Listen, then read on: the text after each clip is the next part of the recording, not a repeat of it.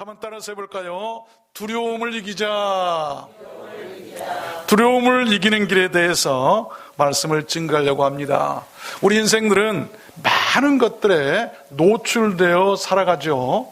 그 가운데 두려움에 노출되어 살아가고 있습니다. 예를 들면 비행기나 배를 탈 때도 혹시 사고나 하지 않을까, 추락하면 어떠지, 또 침몰하면 어떠지, 우리가 몸이 조금만 아파도 혹시 이거 암이 아닐까, 이러다 죽는 것 아닌가, 우리가 몸이 아파도 병원에 가기가 두려워요. 이런 두려움 속에 노출되어서 살아가고 있는 것이 우리 인생들이 아닌가 한번 생각해 봅니다.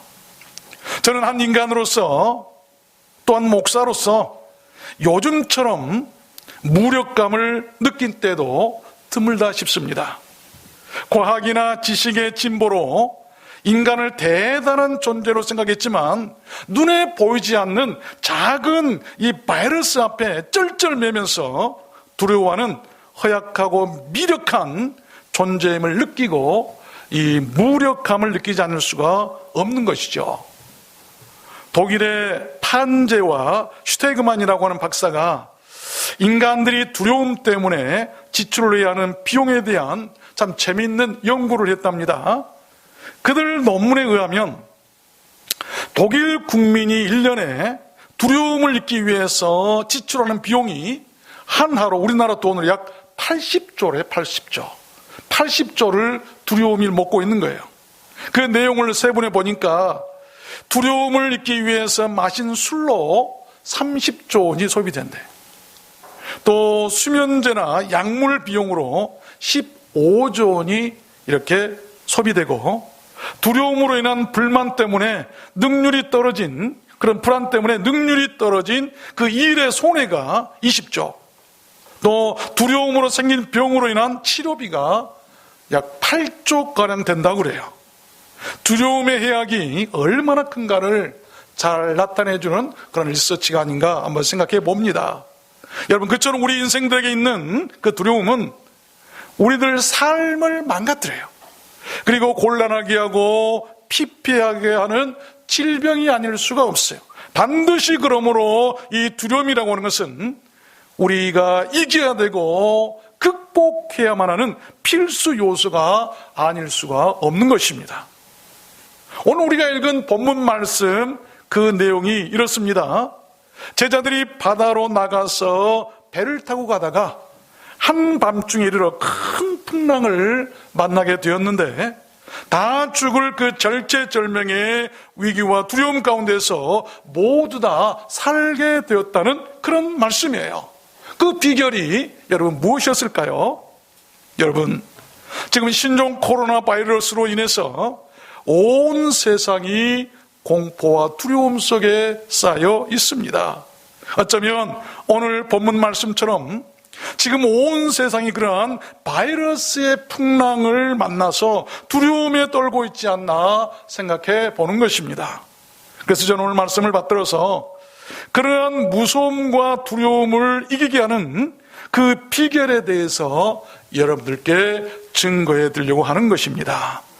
그 어떤 두려움이나 난해한 일도 반드시 극복할 수 있다고 하는 길을 여러분 오늘 말씀을 통해서 아시고 믿게 되시기를 바랍니다. 이 세상에 풀지 못할 숙제는 없어요. 문제가 있다는 것은 또한 반드시 답이 있다는 증거입니다. 특별히 우리 믿는 사람들에게는 더더욱 그렇겠죠. 오늘 말씀을 잘 들으시길 바랍니다. 그래서 우리들 인생을 두렵게 하는 그 모든 문제들 앞에서 오늘 말씀이 그 문제들을 푸는 열쇠가 되었으면 좋겠습니다. 여러분 모두 그렇게 되시기를 주님의 이름으로 축원합니다. 그러면 그 두려움을 이기는 길이 무엇일까요? 첫 번째로 이 darkness, 어둠을 이기는 것이죠. 두려움은 어둠에 속기 때문이에요. 오늘 16절 말씀해 보니까 그렇게 해야 할 이유를 말씀하고 있는데, 이 16절 말씀해 보면 저물매 제자들이 바다에 내려가서 배를 타고 건너 가버나움으로 가는데 이미 어두웠다. 어쩌면 우리들 인생은 이미 그렇게 저물고 어두워진 빛이 없는 암흑 같은 세상 가운데서 배를 타고 바다를 건너지 않으면 안 될 운명적이고 필연적인 그런 연약한 존재인들의 틀림없다고 생각해도 과언은 아닐 것입니다. 온 세상이 온통 어둠에 쌓였기 때문에, 이 세상에 어둠이 쌓였기 때문에 우리는 필연적으로 이 세상을 살아가려면 어둠 속에서 이겨낼 수 있는 길을 알 수가 있어야 돼. 세상이 온통 죄로 어두워졌습니다. 무지와 우매함으로 어두워졌어요. 맹목적이고 예매하고 사악함으로 세상이 어두워졌습니다. 불법들로 어두워졌죠. 이번 코로나 바이러스도 사람들의 우매함에서 비롯된 어둠이 아닌가 생각해 봅니다. 사람들의 우매함 때문에 일어난 그런 재앙이에요. 제자들이 두려움을 만난 때는 밝은 낮이 아니었습니다. 저물고 어두워졌을 때였어요. 어둠 속에서는 앞을 볼 수도 없죠. 사물을 분별치도 못합니다. 길도 보지 못합니다. 그래서 어둠 속에 있을 때 누구나 두렵게 되는 것이죠. 세상에 어둠이 많기 때문에 이런 일들로 우리가 오늘 또 두려운 것이죠. 저는 어렸을 적 시골에서 자랐습니다. 그때는 전기가 처음 들어왔었는데 저녁에 밥을 먹다가 전기가 나오면 캄캄해지면 두렵죠. 특별히 저는 우리 할아버지랑 이렇게 가정 예배를 매일 밤 드렸어요. 그때 예배를 드리다가 갑자기 전기불이 나가면 얼마나 무서운지 몰라요. 캄캄함 속에서. 그때 할아버지 손을 가만히 잡고 할아버지한테 가만히 기대어 있으면 그 어두움 속에서 두려움이 사라지게 된 것을 저는 지금도 기억하고 있습니다. 어두움 속에서. 여러분, 우리가 누구를 찾아야 되고 어떤 길을 우리가 볼 수 있어야 할까요? 욥기서 10장 22절 말씀해 보면 욥은 이 흑암에 대해서 이렇게 정의합니다. 이 땅은 어두워서 흑암 같고 죽음의 그늘이 져서 아무 구별이 없다라고 그가 고백하죠. 그가 곤란 가운데 시련과 고난을 당했을 때 그 자신의 처지를 어둠이라고 표현하고 있어. 어두워서 흑암 같다. 이 땅에 질병이 많고 고난이 많은 것이 마치 어두워서 흑암 같은데 그 죽음의 그늘이 쳐서 아무 구별이 없다. 선과 악에 대한 구별도 없어요. 뭐가 좋고 뭐가 나쁜 것도 감각이 없다고 하는 것이죠. 어둠이라고 하는 것은 이것이 좋은 것인지 나쁜 것인지 이 사람이 약한 사람인지 나쁜 사람인지 구별을 할 수 없도록 만들어버린 것이죠. 어쩌면 이 세상이 지금 그런 상황이 있지 않나 생각이 됩니다. 시편 82편 5절에도 보니까 저희는 무지무각하여 흑암 중에 왕래하니 땅의 모든 터가 흔들리로다. 무지무각하다. 세상이 어두워지니까 알지도 못하고 감각도 없어 무지무각하다. 그래서 흑암 중에서 왕래하지만 땅의 모든 터가 흔들린다. 터가 흔들린다. 땅이 흔들린다는 것이죠. 시편 91편에도 보니까 흑암 중에 행하는 연병과 백주의 황폐케 하는 파멸을 두려워하지 아니하리로다. 흑암 중에 행하는 연병이 바이러스입니다. 지금 코로나 바이러스는 성경에서 말하는 이 연병, 무서운 질병들이죠. 그런데 이것이 어느 때 행했고 하니 흑암 중에 행하는 연병이더라. 세상이 어두워지니까 그 흑암 중에서 일어나는 병이 바로 코로나 바이러스예요. 그렇지 않겠어요? 여러분, 그러면 왜 그렇게 세상이 어두워졌을까요? 성경 107편 10절 말씀해 보면 사람이 흑암과 사망의 그늘에 앉으며 권고와 쇠사슬에 매임은 하나님의 말씀을 거역하며 지존자의 뜻을 멸시함이라. 하나님의 말씀을 거역하고 사람들이 지존자의 뜻을 멸시하니까 그렇게 흑암에 사로잡힐 수밖에 없다고 하는 것이죠. 여러분, 이번 코로나 바이러스도 누가 잘못입니까? 어느 나라가 잘못입니까? 아닙니다. 온 인류의 잘못이고 온 인류가 말씀을 거역하고 온 인류가 지존자의 뜻을 멸시하면서 생기는 그런 질고가 아닌가 저는 생각을 해보는 것입니다. 여러분, 그러나 그 흑암의 세력과 두려움에서 벗어나는 길을 또한 성경은 말씀하고 계십니다. 사무엘하 22장 29절 말씀해 보면 여호와여 주는 나의 등불이시니 여호와께서 나의 흑암을 밝히시리로다. 우리들 흑암 가운데 등불이 하나님이시다. 그 하나님께서 우리의 흑암을 밝히신다. 그러므로 이 어두워진 세상 가운데서 우리가 의지할 것은 무엇일까요? 하나님이에요. 하나님.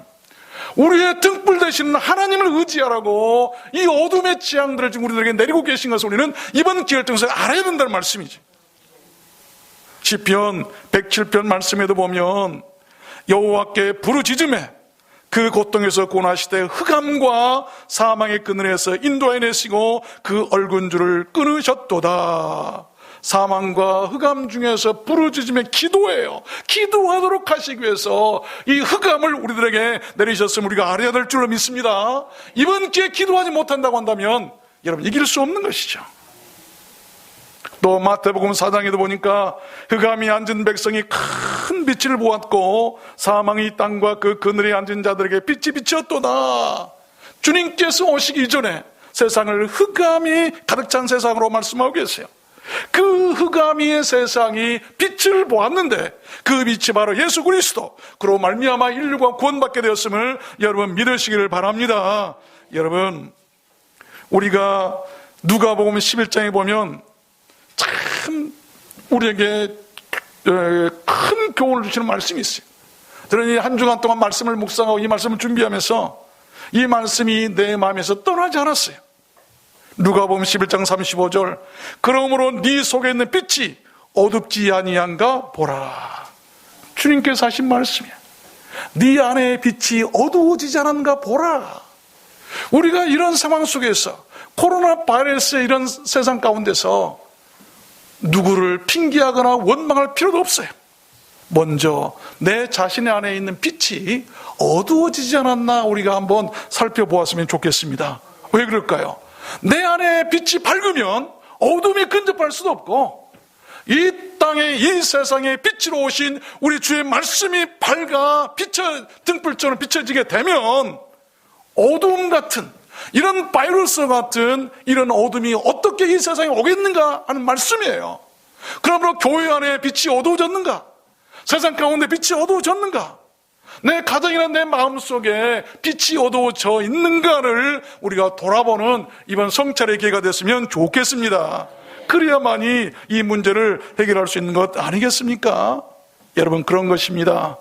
우리는 어두운 세상을, 이 흑암의 세계를 이겨야만 합니다.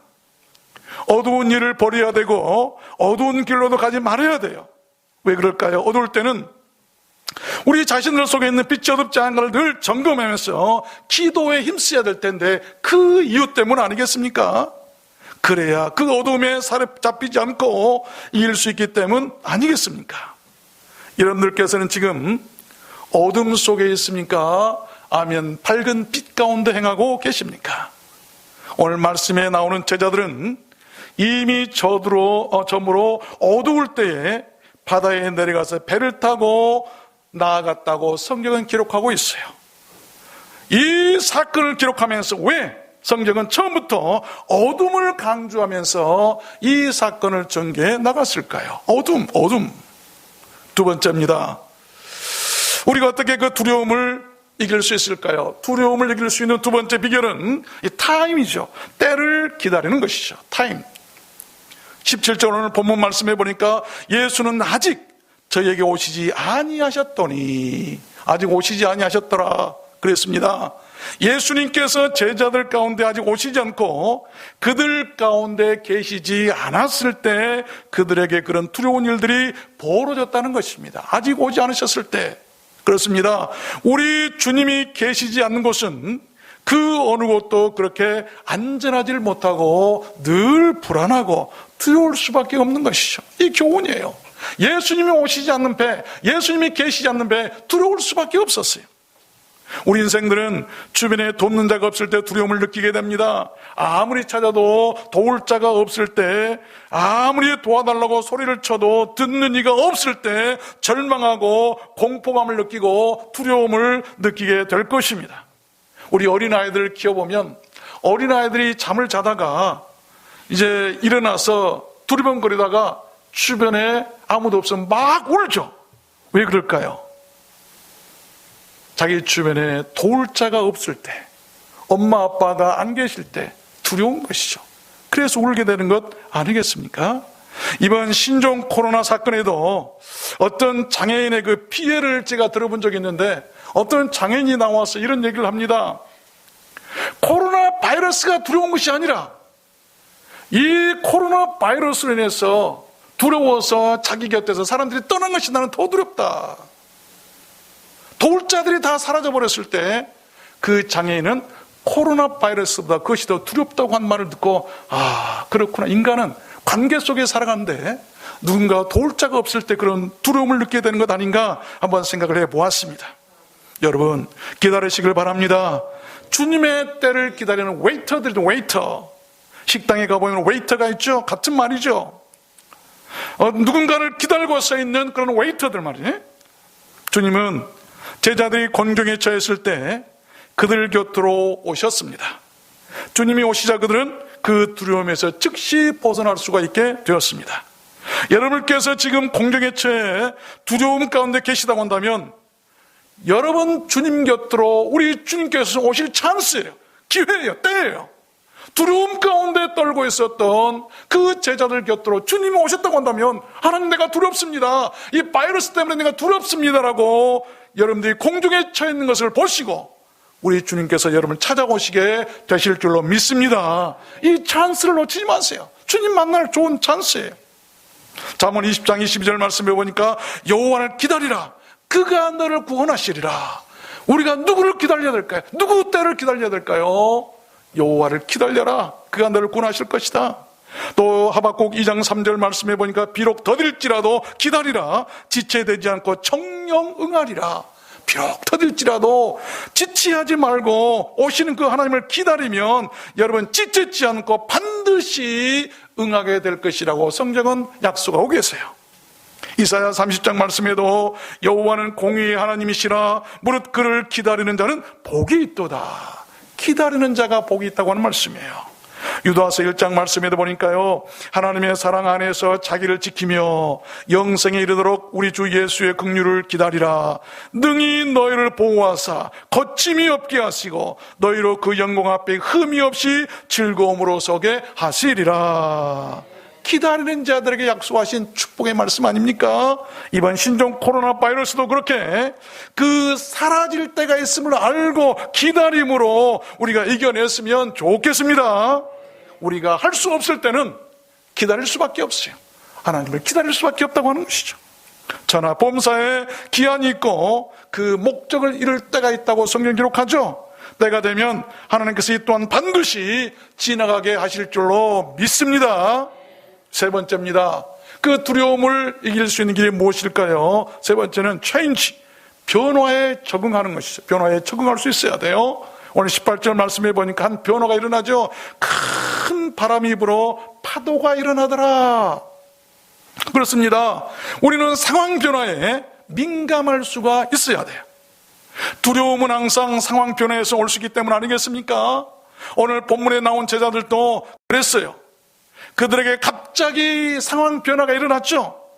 고요하고 잔잔하기만 하던 바다가 갑자기 바람이 불더니 풍랑이 일어서 그들을 두렵게 했다는 것이죠.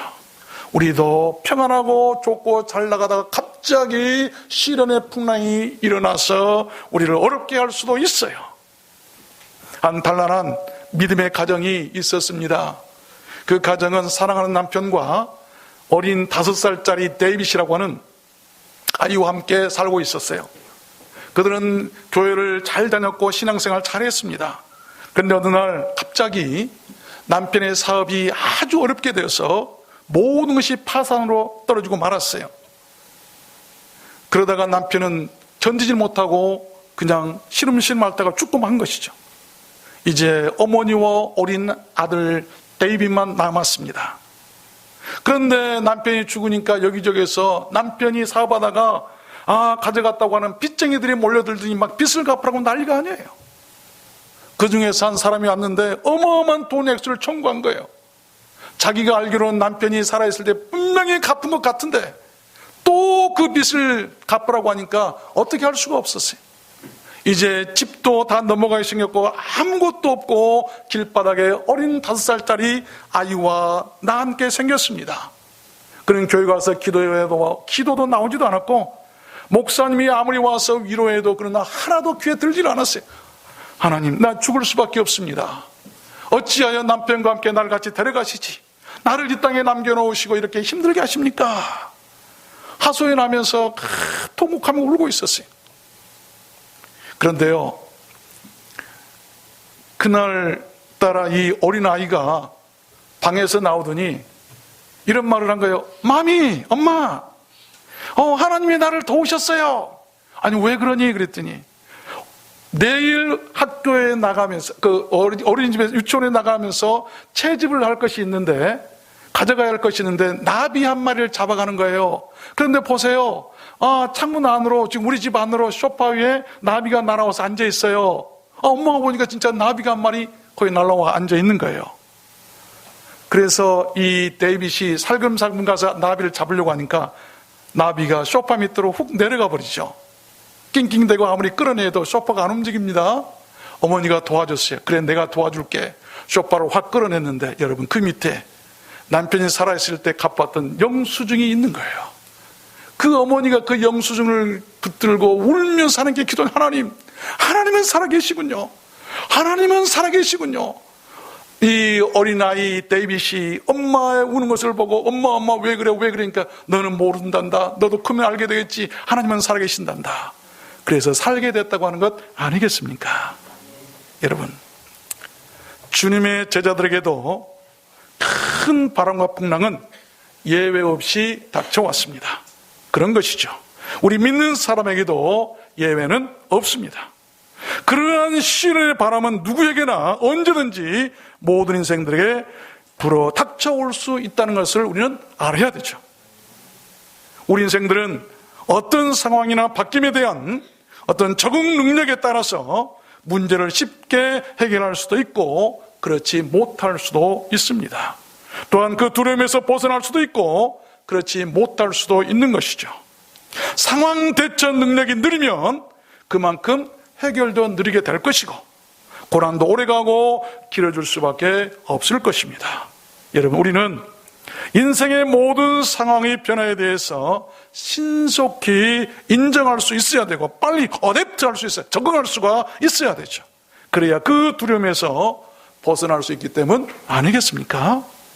그 어떤 아픔이나 괴로움 속에서도, 그 어떤 두려움이나 허무함 가운데서도 연약한 우리의 인생은 원래 그렇게 아프고 괴롭고 허무한 것이라고 인정할 수가 있어야 돼요. 목사님, 왜 이렇게 내 다리가 아픕니까? 무릎이 아픕니까? 허리가 아픕니까? 저는 그러면 그렇게 되면 저도 아픈데요. 할 수 없어요. 인생이기 때문에 적응할 수가 있어야 돼요. 여러분, 그래야 염려나 또한 분노나 우울함이나 탄식이나 두려움 같은 것에서 벗어날 수가 있는 것 아니겠습니까? 어떤 책 제목을 보니까 참 공감이 가는 제목이 있었어요. 뭐냐면 인생이니까 아프다. 많은 것을 생각하게 했어요. 인생이니까 아픈 것이죠. 따라서 한번 해볼까요? 인생이니까 아프다. 인생에 대한 적응이 잘 된 사람의 그런 고백이 아닌가 생각해 보는 것이죠. 우리가 아프면 인생이니까 아프겠지라고 적응하면 그 이길 수 있다는 말씀이죠.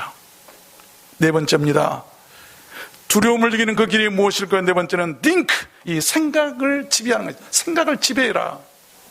오늘 19절 말씀해 보니까 제자들이 노를 저어 시베리쯤 가다가 예수께서 바다 위로 걸어 배에 가까이 오심을 보고 두려워하거늘. 여러분, 왜죠? 이해하기가 참 어렵습니다. 예수님께서 자기들 곁으로 가까이 오심을 보고도 제자들은 계속 두려웠어요. 이해가 안 되잖아요. 예수님이 오셨는데도 두렵다는 것이죠. 왜 그랬을까요? 그것은 불안함과 두려운 생각에 사로잡혀서 계속 떨고 있었기 때문이에요. 불안함과 두려운 생각을 떨쳐버리지 못한 그 제자들의 결과 아니었겠습니까? 여러분, 그런 것입니다.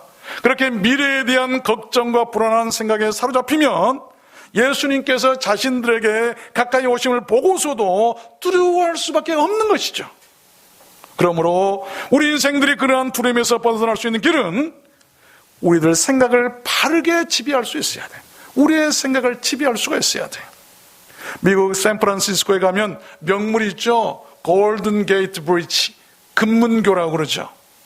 그 거대한 다리를 만들 때 이 숙련된 그런 기술자들이라도 많이 발을 헛디뎌서 높은 곳에서 일하다가 바다에 떨어져 많이 죽었어요.